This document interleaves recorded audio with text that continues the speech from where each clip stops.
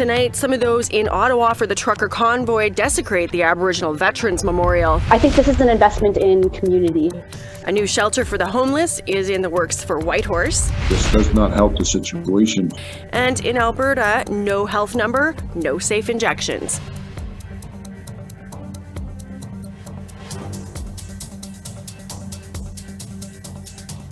Good evening, welcome to APTN National News. I'm Melissa Ridgen. Politicians got back to work in Ottawa on Monday. Parliament resumed amidst an ongoing protest that began in the nation's capital on the weekend. Those demonstrating against vaccine mandates and COVID-19 restrictions have been accused of a number of acts of unruly behavior, including flying Nazi flags and desecrating national monuments.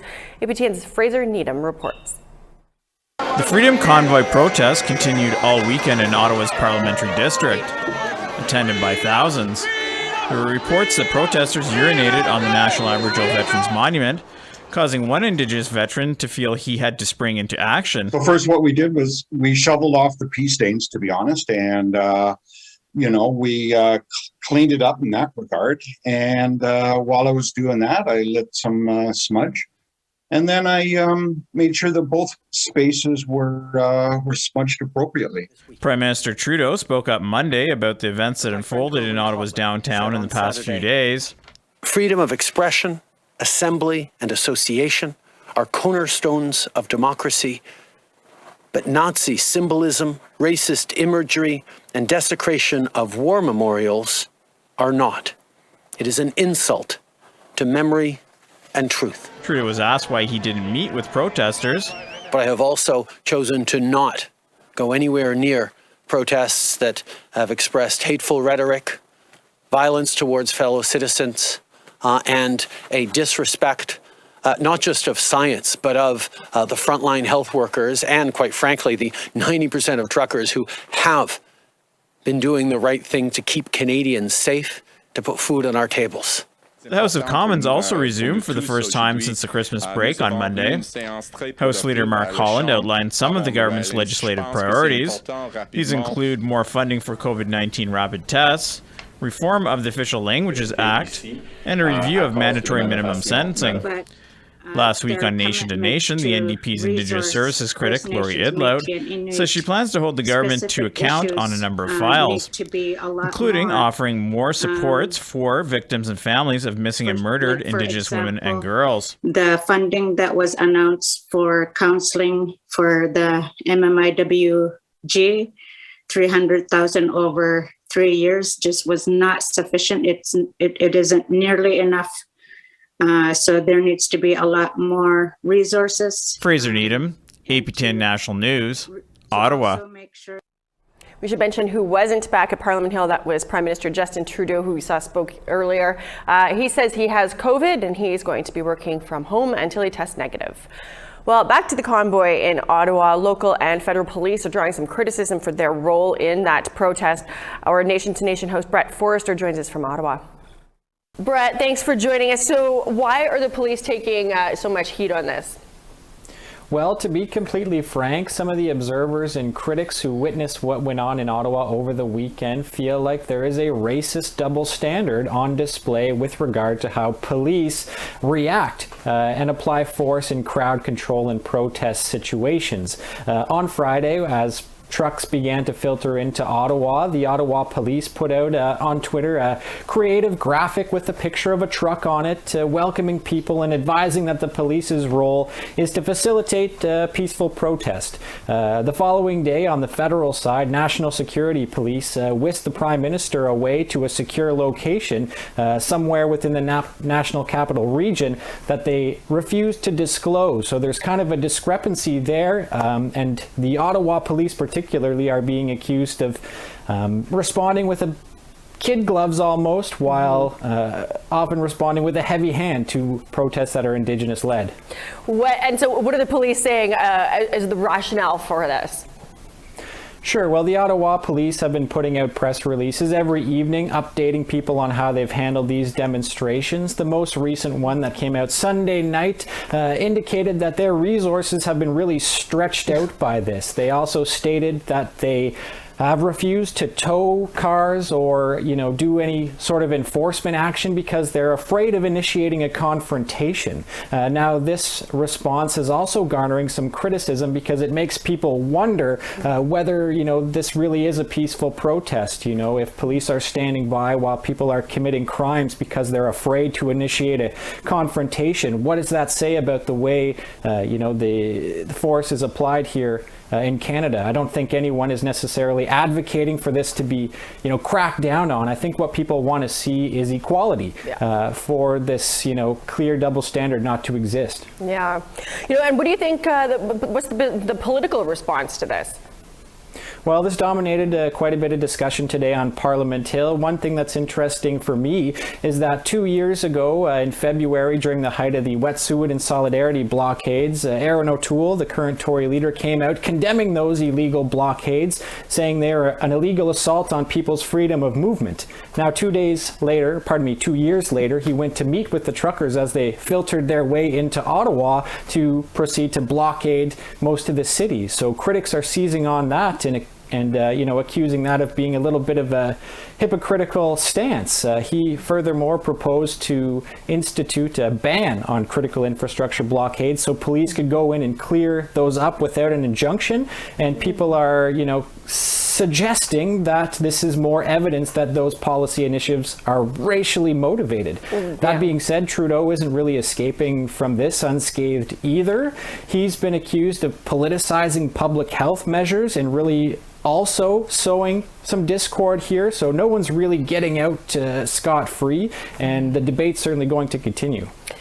Lots of angry people out there, and it seems like it's on every side. You've got extremes on the left or on the right. Everybody's sort of glommed onto this just as an outlet for their anger. Certainly lots to watch, and I guess we'll see how people answer for this in the days to come. Absolutely. We want to hear your thoughts on that Freedom Rally in Ottawa. We always appreciate your thoughts. Here's how you can share them with us. Send your emails to news@aptn.ca. You can leave a comment on aptnnews.ca. You can also find us on Facebook, Twitter, Instagram, YouTube, and TikTok. Follow APTN News to join the conversation and see all of our latest stories. Well, a hotel in downtown Whitehorse is getting a facelift and being converted to housing for Indigenous people. Here's Sarah Connors with those details. Indigenous people in need of housing will soon be calling this Whitehorse hotel home. Today, government officials confirmed the High Country Inn will be converted into 55 supportive housing units. At least 75% of the suites will be reserved for Indigenous people. A minimum of 50% of suites will go to women, and 16 studio apartments will go to youth. The building could also include a meeting space and employment training. The federal government is investing $15 million to purchase and renovate the building. It will be owned and operated by the Safe at Home Society, a homelessness advocacy nonprofit. Safe at Home Executive Director Kate Meechan says the building will greatly support vulnerable people in need of housing. I think this is an investment in community. This is an investment in people, not just in housing, and in truly affordable housing. For people who have been marginalized through their housing experiences, through their histories of trauma. Renovations are expected to be completed by the fall, with tenants taking possession of their new homes shortly after. Sarah Connors, APTN National News, Whitehorse.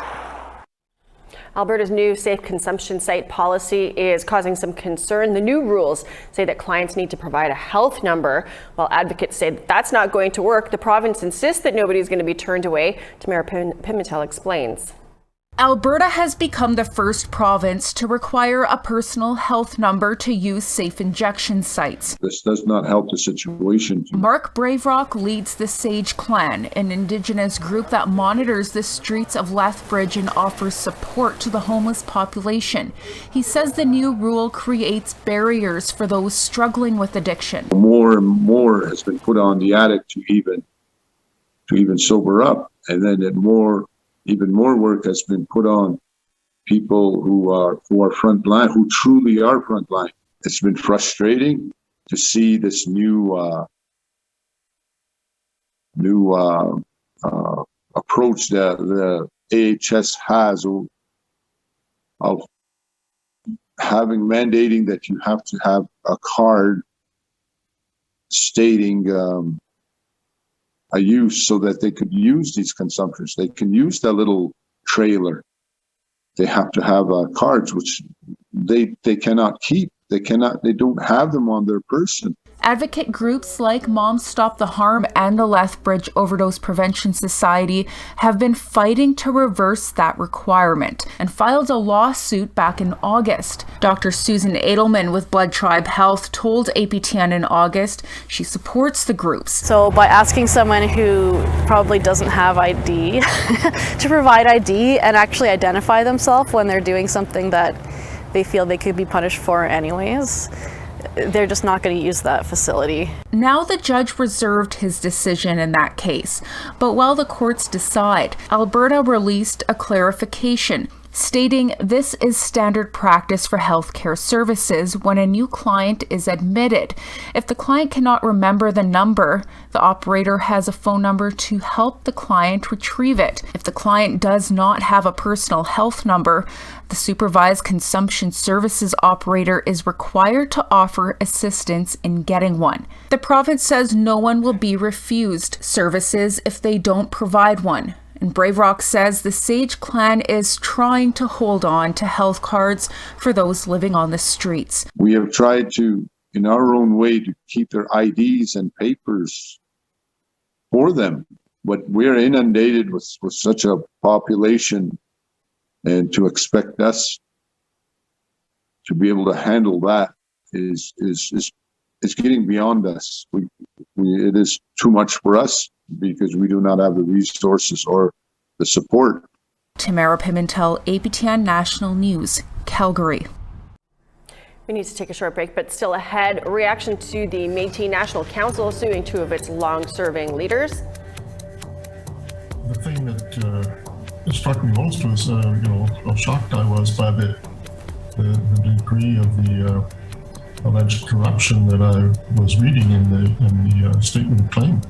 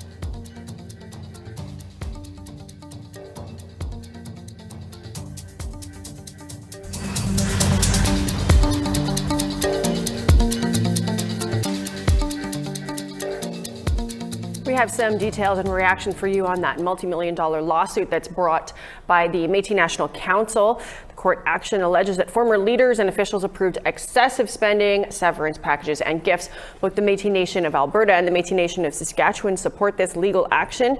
Métis Nation of Alberta President Audrey Poitras says the lawsuit is a chance to move forward. We definitely have a clearer picture. I think media knows that I've raised questions over the years about finances, about agreements, and so this is not new, and it is in the statement though. It's there, and I think our citizens have a right to know what has transpired.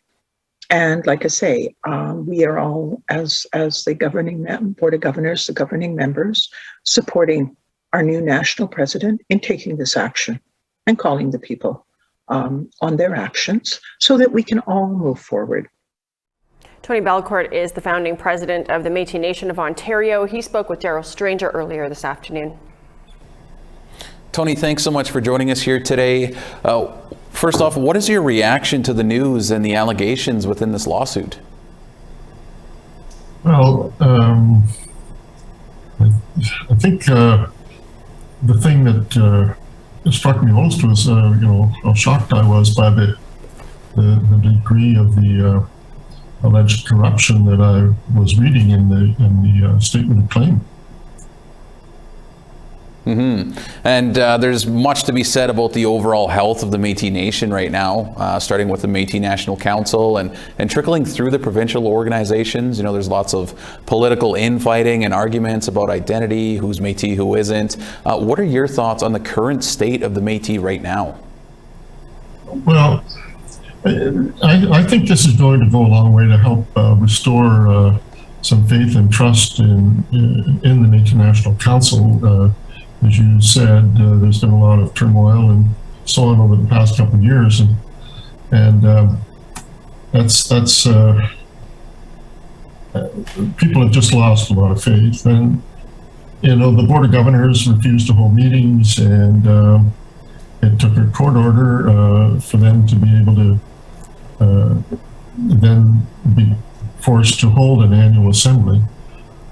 So that's good. On the other hand, this kind of media attention sort of reinforces a lot of the racist views that are existing out there, that our people are untrustworthy, Aboriginal people, Indigenous people generally are untrustworthy, and that governments shouldn't be giving us funds. I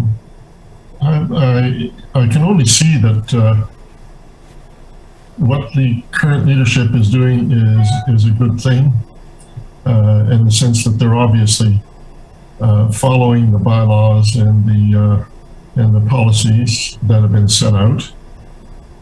It's clear that the current leadership wants to make sure that it abides by the terms of the agreements that have been established with governments, and that they want to provide a full accounting. All of that is very good. Now, President Cassidy Caron said this lawsuit wasn't about creating divisions, but how does this affect reunification efforts now? Well, I was president of the national president in the organization called Native Council of Canada, which then partly became the Métis National Council. And in my day, in the 1970s, organizations were coming and going. They were in, they were out. It depended on the political views that were going on at the time. So then what is the path forward, moving ahead here?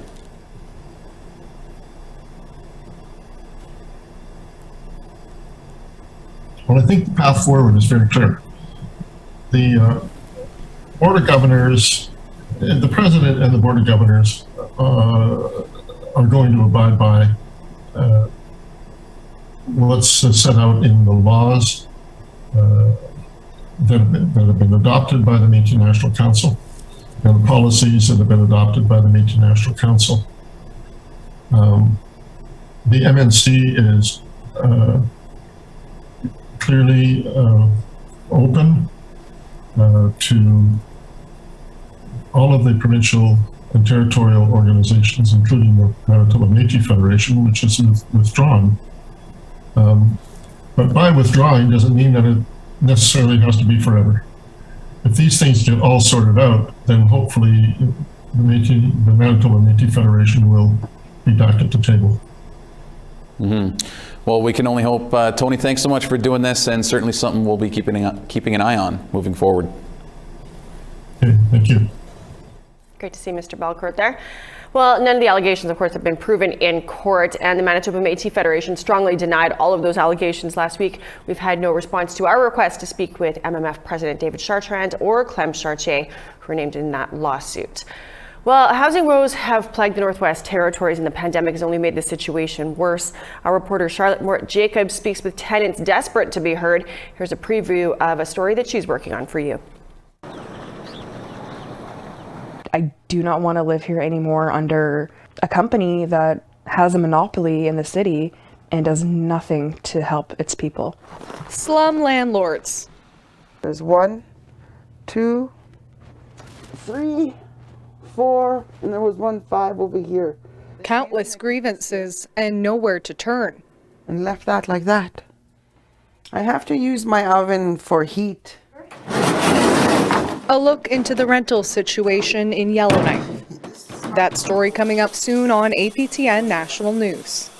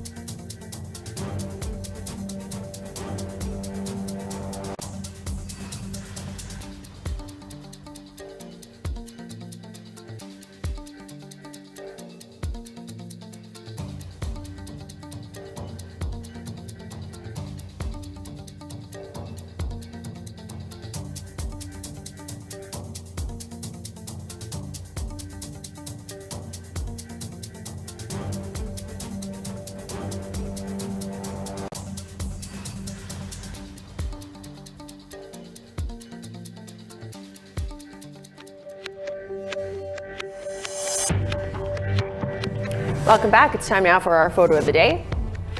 Today's photo comes from Bobby Melvin, who was out moose hunting near Torres Cove, Newfoundland. Bobby said these two guys landed on his gun to let him know the big bull was hiding in the woods up ahead. Great shot there, Bobby. If you want to be featured as our photo of the day, you can email your pictures to share@aptn.ca, along with a description and a location. Now let's take a look at tomorrow's weather forecast. Starting off on the East Coast, we've got a mix of sun and cloud, -4 for St. John's, -6 and sunshine for Halifax. Kuujjuaq -22 and sunny, same with you over in Nain. Saguenay -12 and sunshine, Chibougamau -7 with some cloud expected there. Ottawa -5 and sunshine for Ottawa North Bay, -1 and snow. Kapuskasing and Timmins both 0 with snow expected, -27 and snow for you in Big Trout Lake. -28 and sunshine for Churchill and Thompson. Pucketwaga -23 and sunny. -21 and snow for Winnipeg. Barons River -22 and snow. Sunny for southern Saskatchewan, -20 and for Saskatoon. -21 and snow for Buffalo Narrows and La Ronge.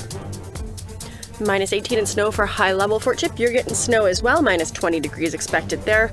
Snow continues further south, -17 and snow for Edmonton, -12 in Lethbridge.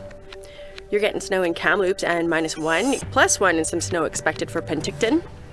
-13 and sunshine for Prince George, Port Nelson, -20 and sunny. Dawson City, -34, clear skies. Old Crow, you're getting snow, -31 expected there. Fort Simpson, -19 and sunny skies. You've got a lot of sunshine there in NWT. Paulatuck, -31, same with you, Sax Harbor. New Yacht, snow, -29. Arviat, sunshine, -30. Arctic Bay, some snow, -33. Pangerton, clear skies, -31.